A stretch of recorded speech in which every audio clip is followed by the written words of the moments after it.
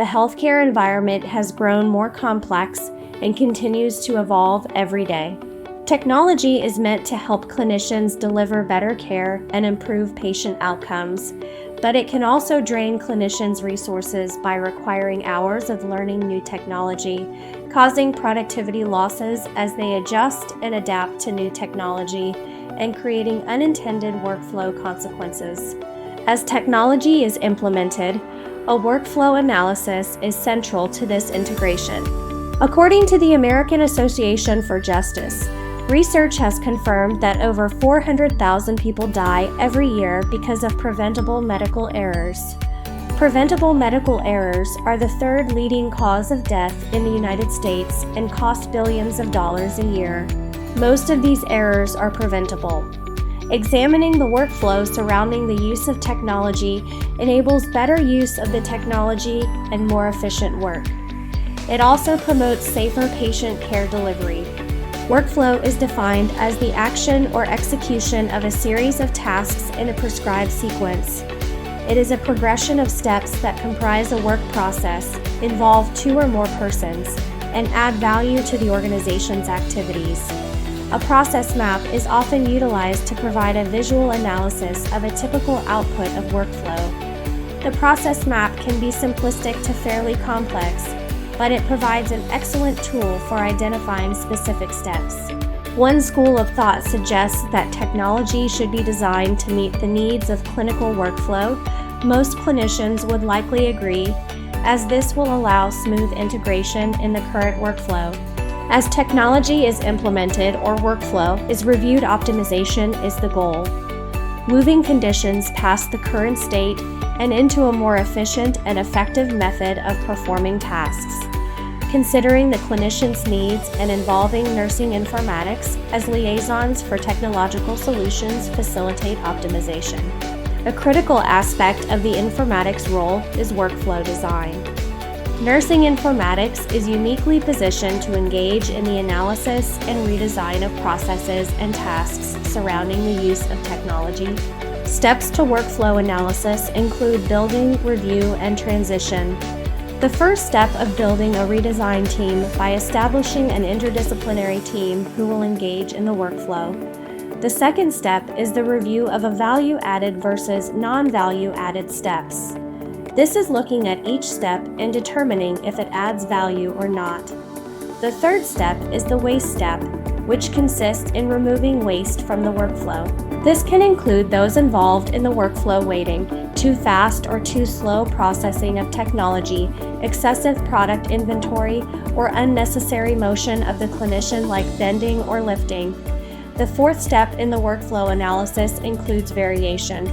This occurs when workers perform the same function in different ways due to flaws or lack of knowledge about the process. Finally, the last step in a workflow analysis is transitioning to the future state, which establishes with the best possible understanding of how the process will ideally work. This step involves a gap analysis zeroing in on the significant areas most affected by the change.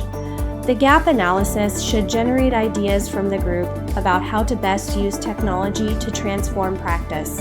Let us transition to informatics as a change agent. Technology implementations alone represent a significant change for clinicians.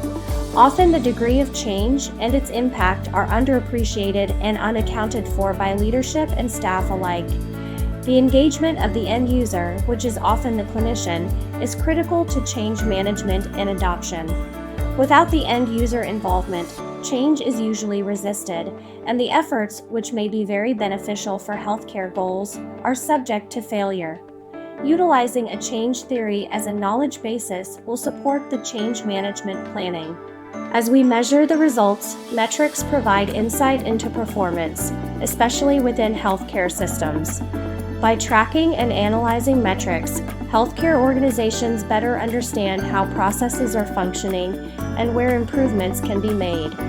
Process metrics are collected at the initial stage of a project or during problem identification. The Medicare Access and CHIP Reauthorization Act emphasizes the importance of collecting data to demonstrate the effect of technology on patient outcomes. This data shows how a process is performing in its current state.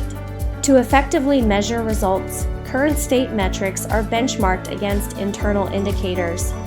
When internal benchmarks are unavailable, organizations often turn to external sources for comparison, such as similar business practices in other industries. This practice of benchmarking ensures that organizations can assess their performance against established standards, which is crucial for continuous improvement.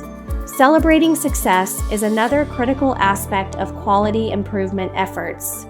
Although it is often overlooked, reflecting on the hard work that went into a project and recognizing the desired outcomes is crucial for motivating teams and fostering a culture of continuous improvement. As healthcare organizations increasingly adopt health information exchanges and medical home models, the need for process analysis on a macro level will grow. Nursing informaticists play a critical role in these initiatives, as they must visualize how patients move through the entire continuum of care, not just within individual care areas. This comprehensive understanding of patient flow is essential for optimizing care coordination and improving outcomes across multiple care settings. Nurses spend more time with patients than any other healthcare team member, making their role critical in patient care and outcomes. Workflow redesign, which is a key aspect of technology implementation, is crucial to ensure that healthcare technologies achieve their intended outcomes. When workflow redesign is done well, it contributes to improved patient safety and better outcomes.